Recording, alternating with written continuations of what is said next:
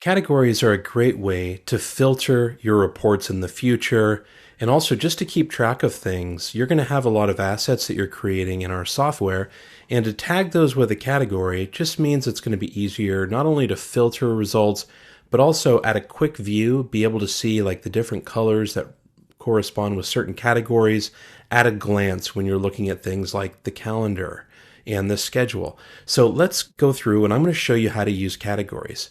So I'm creating a social post, and as you can see, there's several default categories in your account.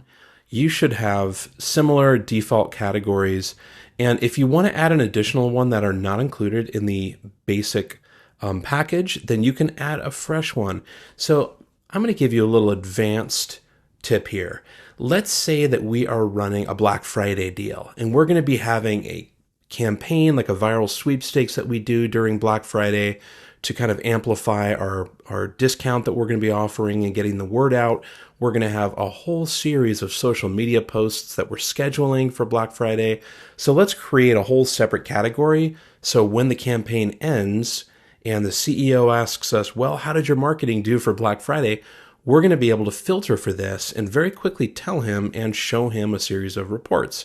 So I'm going to click Add Category, and let's call this Black Friday event. I'm only going to set this as a default category as we get closer to the Black Friday event. And what that'll do is every time I create a new post, that category will automatically be selected.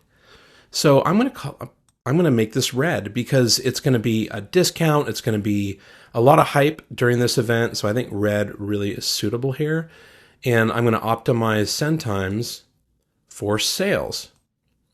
If you want to know how to use our software to track your revenue, so you can optimize for things like, when are the best times to post based on when people are buying, there's another video on that, and it's going to be conversion tracking.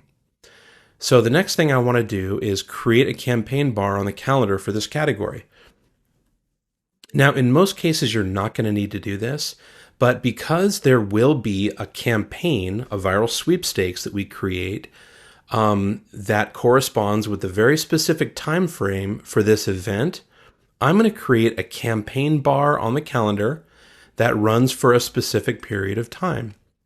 So this is going to happen very late in the year. So let's go up here.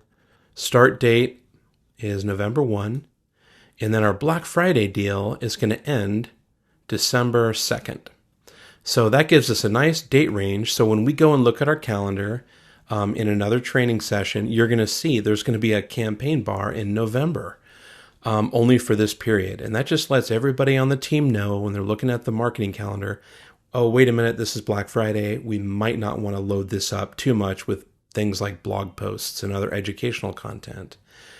Check this box if you want to associate it with the campaign. Remember, we're going to be doing a viral sweepstakes. So after I create my viral sweepstakes, I'm definitely going to want to select that campaign and associate it with this particular category.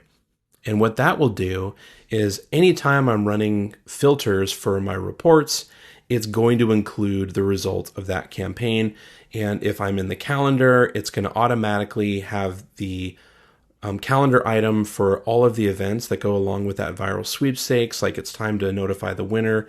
All of that will be in red because that is the color of the category. It's a great visual prompt to let you know that belongs to a certain category.